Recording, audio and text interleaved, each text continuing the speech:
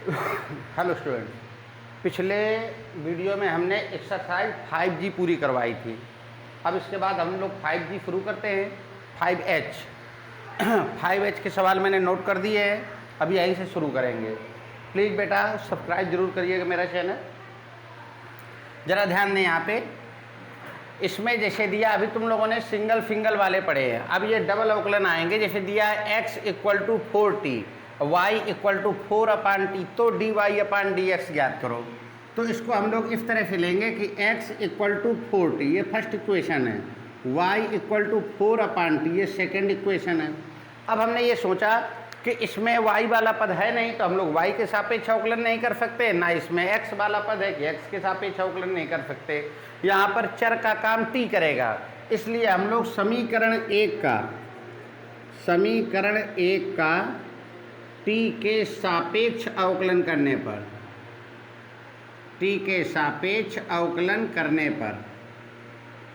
और जब हम लोग t के सापेक्ष अवकलन करेंगे तो d/dt x = अब ये 4 अचर का काम करेगा, ये कांस्टेंट को हम छोड़ देंगे, d/dt t हो जाएगा, क्योंकि हम लोग t के सापेक्ष अवकलन कर रहे हैं। अब जैसे हम लोग x के सापेक्ष अवकलन करते हैं, x का अवकलन 1 होता है, इसी तरह हम लोग t के सापेक्ष अवकलन कर रहे हैं तो t का अवकलन 1 होगा। और इसमें x भी चर का काम करेगा, t भी चर का काम करेगा, क्योंकि चर के बराबर चर होता है। तो d/dt x, 4 अचर है छोड़ा, d/dt t, तो ये बन गया dx/dt = 4, t का अवकलन हो गया 1। तो dx/dt, एक का गुणा करने से कोई अंतर नहीं पड़ेगा, ये समीकरण बन गया आपका तीसरा। अब इसके बाद हम देखते हैं y = 4/t दिया है, तो y = 4/t, ये सेकेंड इक्वेशन है आपका। तो इसका भी t के सापेक्ष अवकलन करेंगे, तो इसको लिख लेते हैं y = 4t⁻1, ये दूसरा समीकरण हमने ले लिया। अब इस t को ऊपर ले गए तो t⁻1। अब इसका दोनों पक्षों में t के सापेक्ष अवकलन करने पर, यही भाषा पूरी लिखी हमने। अब ये बन जाएगा d/dt, y = 4 अचर है, इसको छोड़ दिया, d/dt t⁻1, तो dy/dt = 4। अब हमें x के पावर n का अवकलन होता है nxn-1, जैसे हम लोगों का x के पावर n का अवकलन होता है तो ये बन जाएगा nxn-1। इसी तरह ये t के पावर n है तो ये -1 आगे आ गया, ntn-1। अब t निहित में जाएगा, चूंकि t के सापेक्ष अवकलन हो रहा है तो उसका अवकलन 1 हो जाएगा, तो उसमें कोई आवश्यकता नहीं है। तो dy/dt = 4 का गुणा -1 में हो गया, तो ये बन गया -4 t⁻2। तो dy/dt = अब इसको हम लोग समीकरण तीसरा मान ले, फोर्थ मान लेते हैं, ये हो गया। अब हम लोगों को निकालना है dy/dx। तो हमने देखा समीकरण 4 में समीकरण 3 का अगर हम भाग दे देते हैं तो dy/dx आ जाएगा। अब इसका डिवाइड करते हैं 4/3, समीकरण 4/3। समीकरण चौथा दिया आपको dy/dt, तीसरा दिया dx/dt। अब dt से dt कैंसिल हो गया, तो dy/dt की वैल्यू -4t⁻2 और dx/dt की वैल्यू हो जाएगी 4 से 4 कट गया, तो dy/dx = -t⁻2। अब इसको बटे में ले जाएंगे तो पावर प्लस की हो जाएगी, एक तो आपका आंसर हो गया। अगर थोड़ा सा और बढ़िया बनाना चाहें इसको तो ये माइनस रखा है और ये बन जाएगा 1/t²। फिर से एक बार देखें, इसमें दिया है यदि x = 4t, y = 4/t, तो dy/dx की वैल्यू ज्ञात करें। तो x = 4t, y = 4/t, ये दोनों समीकरण हो गए। आप लोगों को मालूम है कि इसका t के सापेक्ष अवकलन करना पड़ेगा, क्योंकि केवल चर t दिख रहा है। तो समीकरण 1 का t के सापेक्ष अवकलन किया तो d/dt x, 4 कांस्टेंट है, इसको छोड़ देते हैं, d/dt t, और t का अवकलन हो जाएगा 1। जैसे x का अवकलन जब x सापेक्ष किया जाता है तो 1 होता है, फिर t का अवकलन t के सापेक्ष 1 हो गया, तो dx/dt = 4 हो गया। अब समीकरण 2 का अवकलन करेंगे तो y = 4/t, t को ऊपर ले जाएंगे तो t⁻1 हो गया। अब इसका t के सापेक्ष अवकलन करेंगे तो d/dt y, 4 अचर इसको छोड़ दिया गया, d/dt t⁻1। अब ये 4 रखा है, t⁻1 है, तो x के पावर n का फार्मूला लग जाएगा nxn-1। घात आगे आ जाती है, ऊपर घात में 1 की कमी आ जाती है। तो -1t -1 4 का गुणा किया तो -4t के पावर -2। अब हमें dy/dx निकालना है, तो 4 में 3 का भाग दे देंगे, तो dy/dt/dx/dt ये बन जाएगा -4t के power -2/4, it will be cancel out, -t के पावर -2 ये बन जाएगा 1/t²। अब इसका अगला सवाल हम लोग देखते हैं। अगला सेम है, बन जाएगा दूसरा। अब तीसरे पे आ जाए, ये दूसरा रखा है बन जाएगा, मैं तीसरा करवा दे रहा हूं। तो थर्ड वाले में दिया है, कह रहा है x a = sec थीटा। यदि x = a sec थीटा और y = b tan theta, y = b tan theta, तो dy/dx ज्ञात करो। अब ये दोनों इक्वेशन हम लोग अलग से नोट कर लेते हैं। x = a sec theta, y = b tan theta, first और सेकंड इक्वेशन हो गया। अब देखिए, अब ये पिछले सवाल में t दिया था, यहाँ पर थीटा दिया, तब इसका थीटा के सापेक्ष अवकलन करेंगे। तो हम लोग लिखते हैं differentiation with respect to theta on both side. दोनों पक्षों में थीटा के सापेक्ष अवकलन करने पर, तो ये बन गया d/d थीटा, x a को छोड़ दिया d/d थीटा sec थीटा, तो dx/d थीटा = a। अब sec थीटा का अवकलन देखेंगे, sec थीटा का अवकलन होता है sec theta × tan theta, sec theta × tan theta. अब अगर थीटा को निहित में ले जाते हैं, तो चूंकि थीटा के सापेक्ष अवकलन हो रहा है, तो इसका अवकलन क्या हो जाएगा 1, तो इसको निहित में ले जाने की आवश्यकता नहीं है। ये आपका थर्ड इक्वेशन हो गया। अब चौथा देखते हैं, y = b tan थीटा, ये चौथा है। अब इसका भी डिफरेंशिएशन कर देते हैं, differentiation with respect to theta on both sides. जब इसका अवकलन करेंगे तो d/d थीटा y = b को छोड़ देंगे d/d थीटा tan थीटा। अब देखिए d/d theta y, b constant, इसको छोड़ दिया, d/d थीटा tan थीटा। अब tan थीटा का अवकलन करेंगे तो dy/d theta b, tan theta का अवकलन होता है sec² थीटा। समीकरण 4 बन गया। अब इसके बाद हम लोग समीकरण 4 में 3 का भाग दे देंगे, तो ये दिया है dy/d theta dx/d theta dy/d theta की वैल्यू दी है b sec² theta dx/d theta की वैल्यू दी है a sec theta × tan theta. sec theta से ये sec कट गया, d थीटा से d थीटा कट गया, तो ये बन जाएगा dy/dx b, एक ऊपर sec थीटा बचा, नीचे a tan थीटा बचा। आपका आंसर हो गया। अगर थोड़ा सा और बढ़ाना चाहें इसको, तो dy/dx = b sec थीटा का हो जाएगा 1/cos थीटा। अब हम लोग ऐसा करते हैं, b/a को बिल्कुल से अलग कर लेते हैं, इसको तोड़ते हैं, 1/cos थीटा, tan थीटा का हो जाएगा sin थीटा/cos थीटा, cos से cos कैंसिल हो गया, तो ये बन जाएगा dy/dx = b/a 1/sin theta, 1/sin theta. तो dy/dx b/a 1/sin का हो जाएगा cosec थीटा। फिर से एक बार ध्यान देते हैं, x = a sec theta, y = b tan theta. अब इसका समीकरण 1 का हम लोग थीटा के सापेक्ष अवकलन करेंगे, तो d/d theta x, a constant है छोड़ दिया गया, d/d थीटा sec थीटा। अब हम जानते हैं sec थीटा का अवकलन sec थीटा × tan थीटा होगा।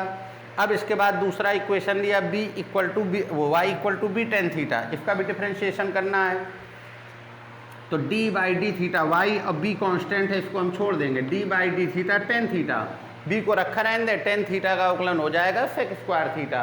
फिर हमने देखा dy/d थीटा में dx/d थीटा का भाग दे दें, तो dy/dx आ जाएगा। समीकरण 4 में 3 का भाग दे दिया, तो dy/d थीटा dx/d थीटा, ये बन जाएगा b sec² theta a sec theta × tan theta. sec से स्क्वायर कट गया, तो b/a ये बन गया sec थीटा और ये tan थीटा। अब b/a को हम बिल्कुल अलग कर लेंगे, sec को 1/cos हो जाएगा, tan का sin/cos, cos कैंसिल, 1/sin बचेगा और 1/sin का हो जाएगा cosec।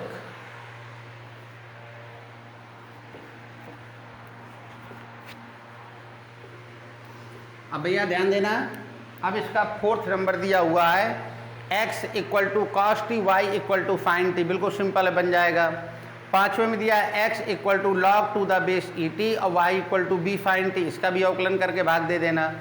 छठवां दिया है x equal to sine t, y equal to cos two t. अब इसमें निहित में जाएगा, चलो थोड़ा सा बता देता हूँ छठवां आपको। छठवें में दिया है x equal to a log to the base e t और y इक्वल टू दिया b साइन टी। ये समीकरण फर्स्ट और ये सेकंड। अब ये समीकरण एक का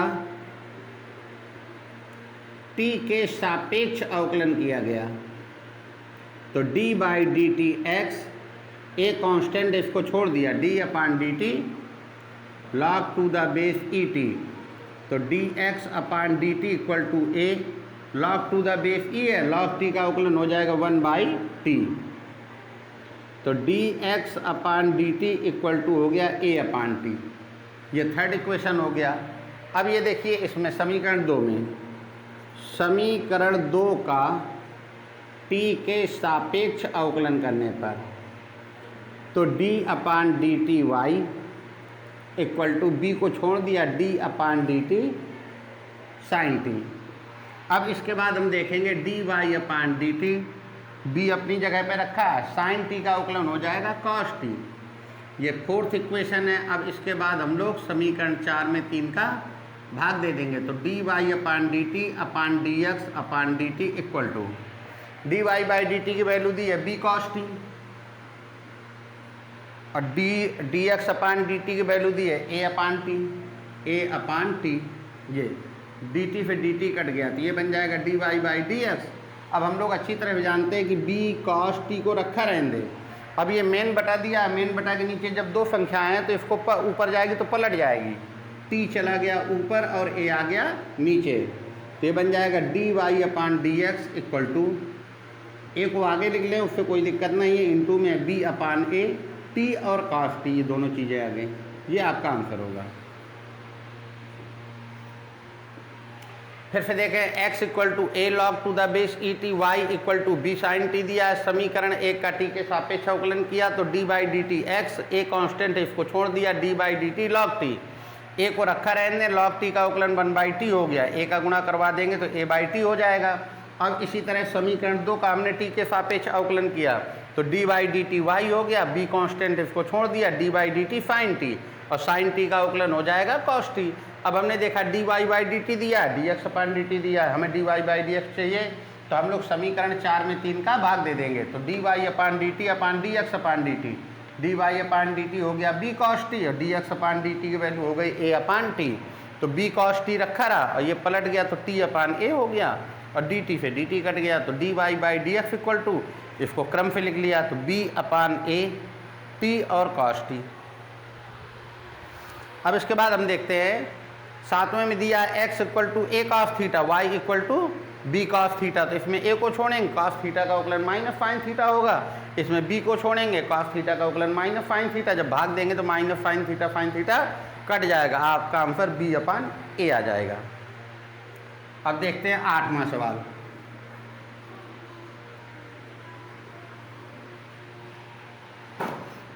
आठवें में दिया है x equal to a t plus sine t, y equal to दिया है ए 1 माइनस कॉस टी। ये फर्स्ट इक्वेशन हो गया और ये सेकंड इक्वेशन हो गया।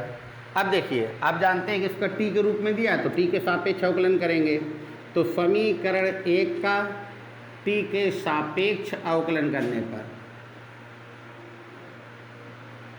जब टी के सापेक्ष अवकलन करने पर, जब इसका अवकलन टी के सापेक्ष करेंगे तो d by d t x equal to a constant है इसको छोड़ दिया, d by d t t plus sine t दिया हुआ है, तो ये तो बन जाएगा d by d t x, a को रखा रहने दें, और जब d बाई डी टी अंदर जाएगा तो इस t का अवकलन हो जाएगा 1 हो जाएगा, और साइन टी का अवकलन क्या हो जाएगा कॉस टी, ये बन गया।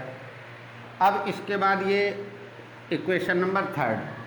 अब समीकरण 2 का टी के सापेक्ष अवकलन करेंगे, तो जब समीकरण 2 का टी के सापेक्ष अवकलन करेंगे तो ये बन जाएगा d by d t y equal to, a को छोड़ दिया d by d t 1 minus cos t, फिर इसके बाद देखते हैं d y by d t, ये तो कांस्टेंट रखा रहेगा, जब डी बाई डी टी अंदर जाएगा तो 1 का अवकलन हो जाएगा 0, और ये कॉस टी का अवकलन हो जाएगा माइनस साइन टी, तो माइनस माइनस ये हो गया प्लस का साइन टी।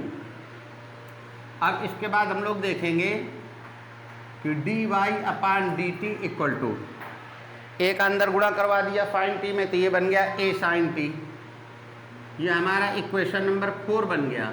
अब इसके बाद हम लोग समीकरण 4 में 3 का भाग दे देंगे, तो d y upon d t upon d x upon d t equal to, अब देखते हैं, अब ये d y upon d t की वैल्यू दी है ए साइन टी, और d x upon d t की वैल्यू दी है a 1 plus cos t, a 1 plus cos t, a से ए कैंसिल, डी टी से डी टी कैंसिल, तो ये बन जाएगा d y by d x. खास बात मैंने आप लोगों को बताया, वैसे आंसर तो हो गया आपका sign t upon 1 plus cos T, लेकिन हम ये देखते हैं कि अगर चाहें तो कभी भी कॉस के साथ 1 दिया हो तो हमेशा हम लोग 1 को काट देते हैं, तो कॉस टी का ऐसा कोई फार्मूला लगाएं जिससे कि 1 कट जाए, तो जिससे हम लोग जानते हैं cos 2 theta equal to 2 cos square theta minus 1, अगर यहाँ 2 थीटा है तो यहाँ थीटा कोण आधा हो जाएगा, अगर यहाँ कॉस थीटा है तो यहाँ थीटा बाई 2 हो जाएगा, cos theta equal to 2 cos square theta by 2 minus 1। उसी तरह ये बन जाएगा 2 cos square t by 2 minus 1, 1 से 1 कैंसिल हो गया। अब हम लोग देख रहे हैं कि बटे वाली जो संख्या है उसका कोण दिया है टी अपान 2, यानी कि 2 कॉस स्क्वायर टी बाई 2 दिया है, तो हम लोग ऊपर वाले को भी टी बाई 2 के रूप में बनाएंगे। हम लोग जानते हैं कि साइन 2 थीटा इक्वल टू होता है 2 sine theta into cos theta. अब ये 2 थीटा है तो इसका कोण हो गया थीटा, अब अगर यहाँ थीटा कर देंगे तो इसका कोण हो जाएगा थीटा बाई 2, तो ये साइन टी का हो गया 2 sine t by 2 into cos t by 2। अब ये 2 से 2 कैंसिल हो गया, कॉस टी बाई 2 से स्क्वायर कैंसिल हो गया, तो बन जाएगा d y upon d x sine t by 2 upon cos t by 2।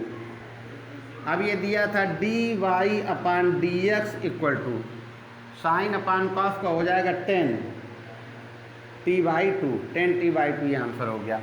फिर से एक बार देखते हैं, x equal to a t plus sine t, y equal to a 1 minus cos t दिया, समीकरण 1 का हमने टी के सापेक्ष अवकलन किया, तो d by d t x, A constant इसको छोड़ दिया, d by d T bracket के अंदर टी प्लस साइन टी हो गया, अब ए तो रखा है, टी का अवकलन 1 हो जाएगा, साइन टी का हो गया कॉस टी।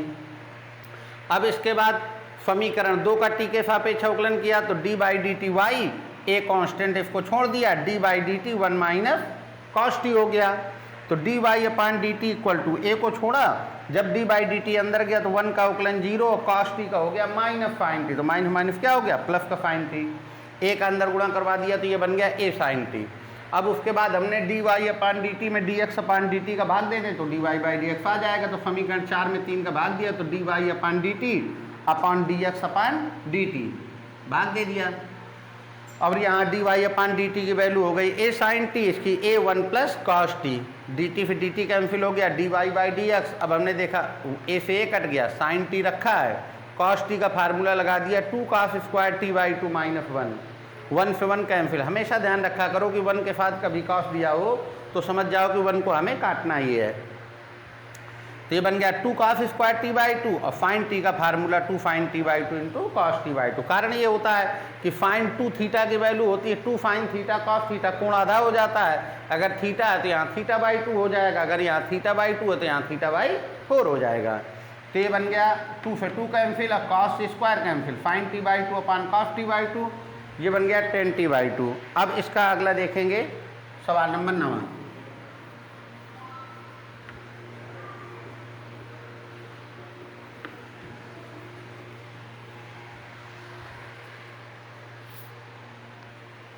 अब क्वेश्चन नंबर 9 में दिया है x equal to under root sine 2t, y equal to under root cos 2t।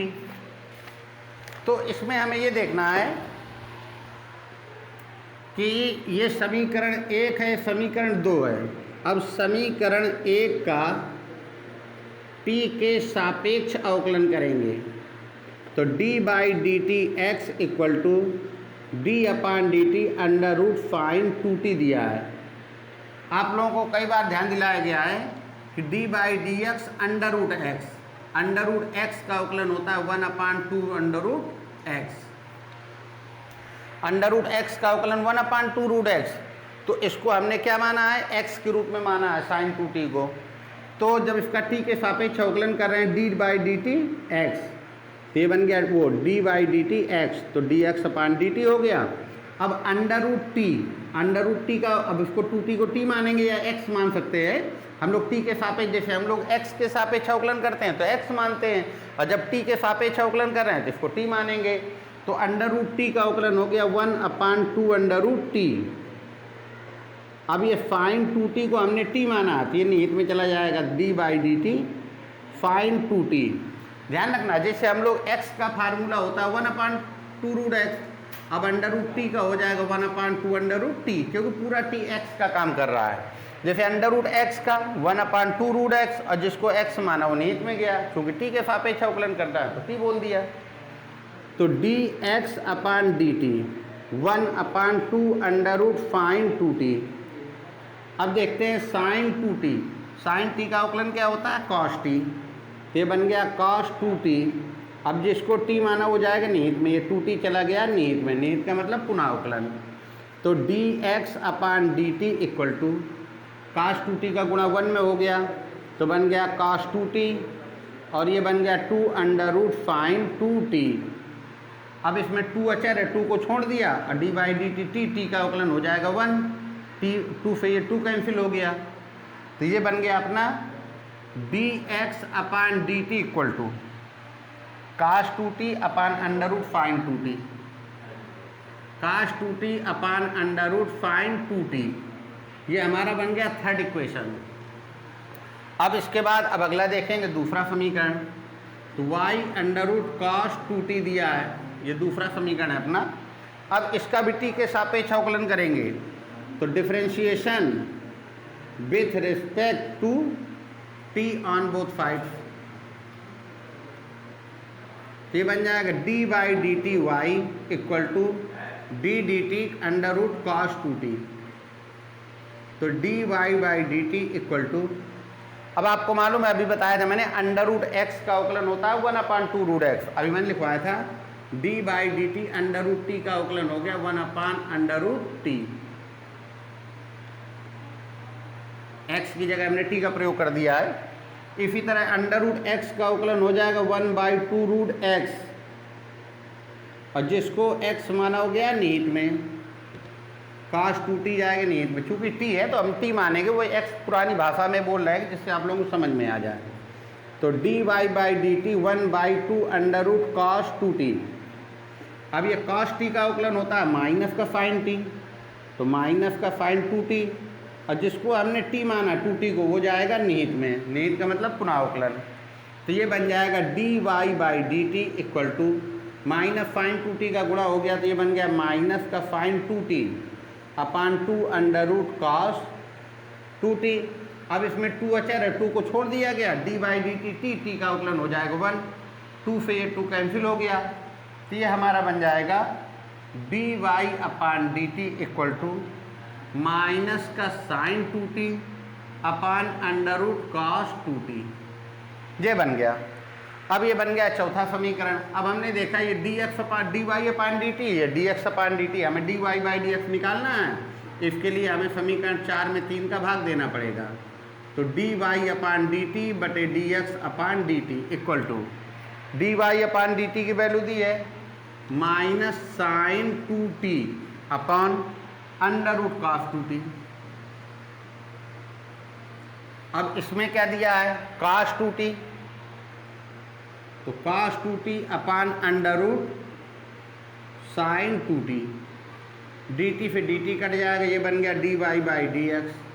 अब देख रहे हैं कि माइनस का साइन 2t दिया है अपान अंडर रूट कॉस 2t, या कॉस 2t के पावर हम 1/2 लगा सकते हैं, और नीचे वाला ऊपर जाएगा तो पलट जाएगा, ये ऊपर गया तो पलट गया, अंडर रूट साइन 2t ऊपर चला गया, अंडर रूट फाइन 2t का मतलब फाइन 2t के पावर 1/2 और ये cos 2t रह जाएगा नीचे, इसके पावर 1 माना जाएगा, इसके पावर भी 1 माना जाएगा। हमने अंडर रूट तोड़ के इसके पावर 1/2 कर दिया है, नीचे वाला पलटा दिया।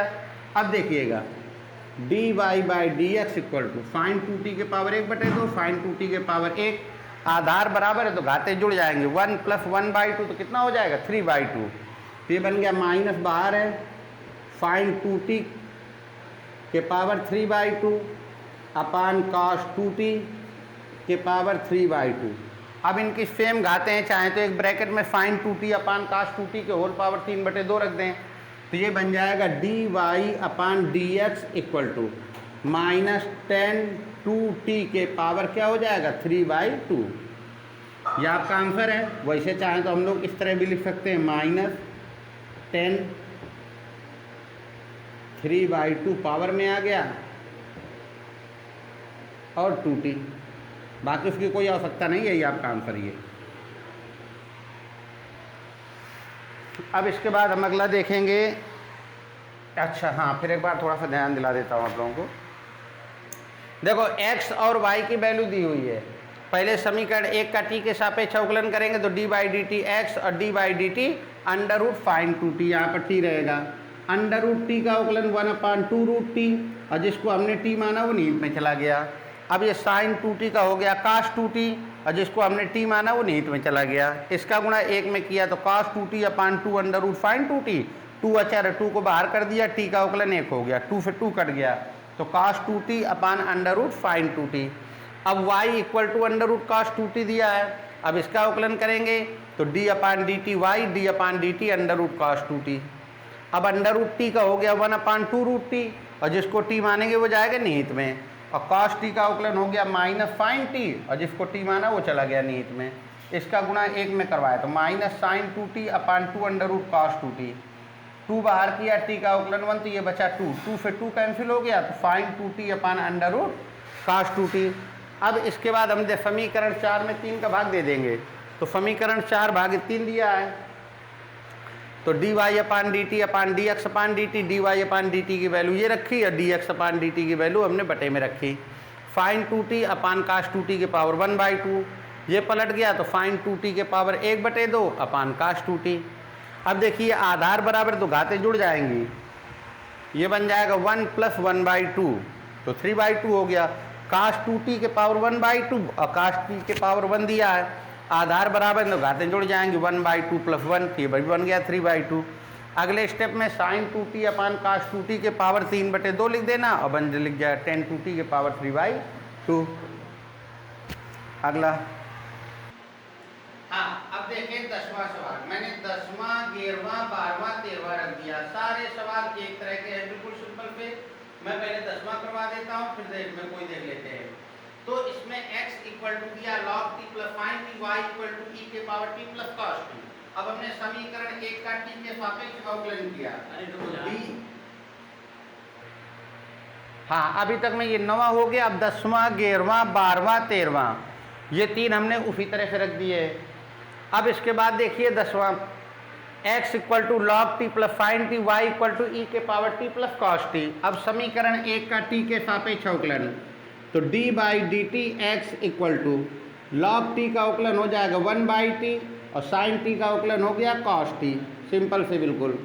अब समीकरण 2 का t के सापेक्ष अवकलन करने पर तो dy/dt equal to d/dt e के पावर t का अवकलन e के पावर t और d/dt cos t का अवकलन हो गया माइनस का फाइन t। अब उसी तरह हम dy/dx निकालेंगे, समीकरण 4 में 3 का भाग दे देंगे तो ये बन गया dy/dt upon dx upon dt equal to, अब dy/dt की वैल्यू दी है e के power t minus sine t और इसमें दिया dx अपान dt में 1/t plus cos t, 1/t plus cos t, dt से कट जाएगा, dy/dx आपका आंसर हो चुका है। चाहे तो यही रख दें या फिर बटे वाली संख्या में t एलसीएम ले लिया तो 1 + t इंटू cos t हो जाएगा। ये ऊपर जाने के बाद पलट गया तो dy/dx इक्वल टू, ये t पलट के ऊपर चला गया तो t e के power t minus sine t upon 1 plus t into cos t. हमें केवल अवकलन करने के बाद भाग दे देना है, और फिर उसके बाद थोड़ा सा हल करना चाहो तो आगे बढ़ा सकते हो। सेम 11वां बन जाएगा, सेम 12वां बन जाएगा, सेम 13वां बन जाएगा। 13वां में देख लेता हूँ, इंटू वाला फार्मूला डबल लगेगा इसमें।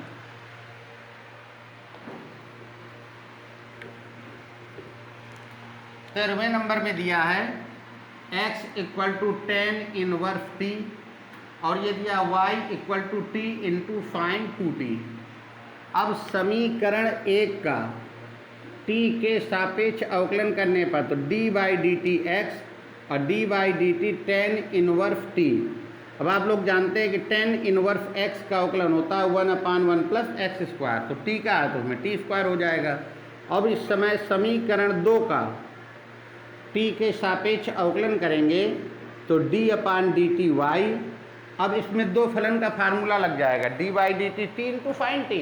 तो ये पहला फलन t, d by d T दूसरा फलन और प्लस दूसरा फलन यानी कि साइन 2t और d बाई डी टी पहला फलन। क्योंकि ये दोनों चर का काम कर रहे हैं, t के सापेक्ष अवकलन करते हैं तो t चर माना जाएगा।